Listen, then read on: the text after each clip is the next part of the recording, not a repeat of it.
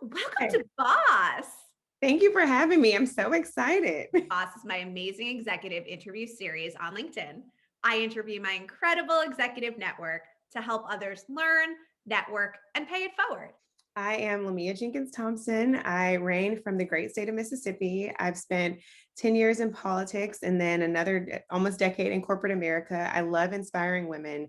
Tech is my new favorite. I love Pinterest, and I'm so happy to be leading the team there and inspiring women across the globe. I love it all. The world has been on Pinterest during COVID. I know, thankfully, right. I think it's been a great outlet for people who are desperately looking for that outlet to help them through the pandemic. So I'm so happy that we could be kind of that platform to help people through this really difficult time. Let's pull it back. Let's go pre-pandemic. let's pull it there for a second. How did you get to where you are now? I started with my mom. My mom was one of my greatest advisors. She always taught me to really work hard.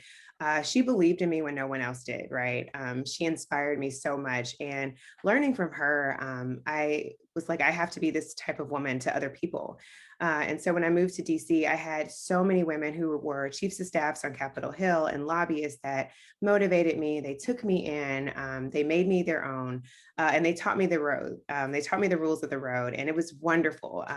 And so in that time, I was able to meet a ton of mentors, members of Congress, lobbyists, and then I pulled from that network to help bring others along. And so part of my passion projects are education. My doctorate is in education, and I use it because I want to inspire women and I want to bring people along and just show them that there's so many different pathways. I'm from Mississippi, right? And like whoever would have thought I'd be leading communications for a Silicon Valley company, right? So I just want to show people that anything is possible, but you have to work hard. And to your point, your network is so critical. In your opinion, what are the most important leadership qualities for executives today, and has it changed? Yeah, I think it has a bit, right? We're moving from a time of like everyone owns kind of their own work to really, unlocking the power of teams. And I think being able to empower your team is the critical skill set for an executive today. I also think patience is one. You hire people and it takes them a while to ramp up, but you hire them with the expectation that they know what they're doing, that they are credible, and that they're going to really add value. So being really patient. And I think probably number one would be fairness, making sure that you're treating everyone, equally, equitably, ensuring that they have all the skills and all of the sources of, whatever they need to be successful. So I think being a really super fair boss is super helpful and will prepare you in the future. During the first quarter of 2021, which we are in, there are only about 41 women leading Fortune 500 companies.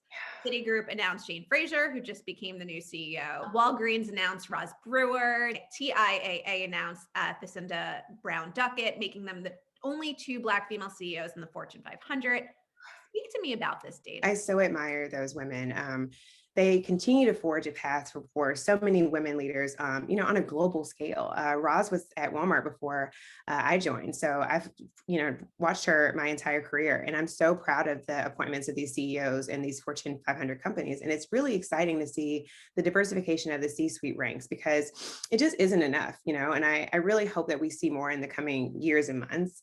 I think despite gender and racial barriers, women have managed to create possibilities in the world that constantly have been denied, for years and years as they ascend through the ranks. And we need to see more progress in that representation. And I think those stats both they sadden me, but they also embolden and excite me because, it's sad that in 2021, March is International Women's Month. And I would hope that as a society, we'd be a lot further along and having, different conversations. But I'm also excited and emboldened because we have a real opportunity to shift the paradigm now and really append those processes that have historically held women back and also accelerate some of those processes. We are seeing so many laws, right, in California and, asking for diversity in the C-suite, especially with the NASDAQ. So there's a lot of important opportunity that's happening in the pipeline. And so I just want to continue to support and build on that talent pipeline in the C-suite and offer my, guidance and mentorship to those coming along under me. Yeah, you're so right. I mean, it also, some of it starts at the board level. And so by diversifying the board and having the pressure of the board on ESNG, right? And the more measurement, the more action that happens. Exactly. Society is demanding more from business. Business is demanding more from leaders. Yeah. How do you think about the future of socially responsible business? Yeah, it's interesting that you say that because I was reading the Edelman Trust Barometer 2021, and I think it stated that business is not only the most trusted institution among the four that they studied, but it's also the most trusted institution with, like, I think a 61% trust level globally. We know that leadership, we know what it looks like. We know through the balance of optimism how great leaders can be, right? But we also know anyone can demonstrate that value at any level of an organization. And so in demanding more from leadership and the future of society or social responsibility and business, I think we understand the power and the connection that we have across those commonalities. And as leaders, we have to model those things for our teams. We have to show up as the best version of ourselves and really lead by example as disruptors in this new environment and create more opportunities. And I just think this is kind of having a domino effect on society, but a positive domino effect. And I learned a lot about, socially responsible business when I was back at Caesars in my gaming days. That was probably the crux of the gaming industry at the time. And I think it's been continuing to show itself throughout a business, even to today.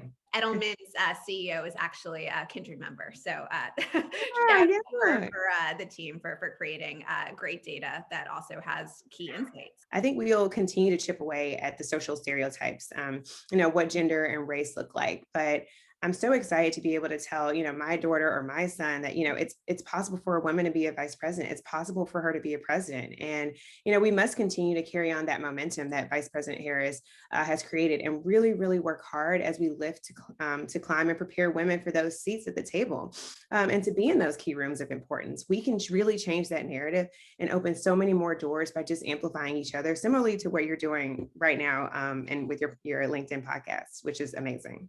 Thank you. So my daughter Sophia, when she saw the inauguration, she was like, "I'm running on policy of vaccines, candy, and I'm going to have the third one, right? Money. Oh, vaccines, candy, and money for all was her. I love it.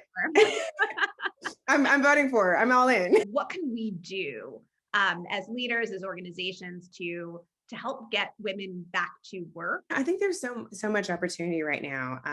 One of the things I'm proud of for working for Pinterest is, we really support small businesses. So there's so many women who were in the workforce, working corporate jobs or working, some of these frontline jobs that said, you know what, now is the time to start my own business, right? Now is the time, if ever, right, to do that passion project that, leads to a job opportunity or leads to, even being a tech entrepreneur, right? And so I think the more that we can support these women, give them the resources that they need as other women in the field, right? Whether that's mentorship, whether that's support as an investor. But the opportunity right now is so ripe for women, and there's so many women that are driven to do things that are unique. I tell the story all the time that when I was in college, Pinterest didn't exist, and so it's amazing how far this world has come in just 15, 20 years. And so imagine what the world will look like in 10 years. And so we have to just continue to foster that in each other and support each other and continue to be a resource in this great network of women that we have and extend that network as much as we can. I love it. Okay, lightning round. Are you ready? What is the most important skill that leaders need for the future of work? Compassion. One piece of advice for future bosses. Believe in your teams. One thing that you'll commit to do in 2021 to help pay it forward. I am hopefully starting a mentorship group with some other ladies in the Valley, because I think right now there's such a lack of diversity in Silicon Valley. Love it. Final question. What do you want to be known for over the next 6 to 12 months? I want to be known as a leader that is structured, that is strategic, that's really helped to drive the cultural change at Pinterest, but also throughout the industry. I want to be known as someone that is able to turn around a team and build a really, really strong, driven organization. I believe the future is just so ripe with opportunity for so many women that look like us, right? And, I'm really optimistic and excited to watch women rise and see the work that they're doing on a daily basis. And their resilience and hard work and excellence means so much to me. And it serves as a guide for all of us in corporate America. So thank you for doing this, and really thank you for having me. Thank you so much. Bye, everyone.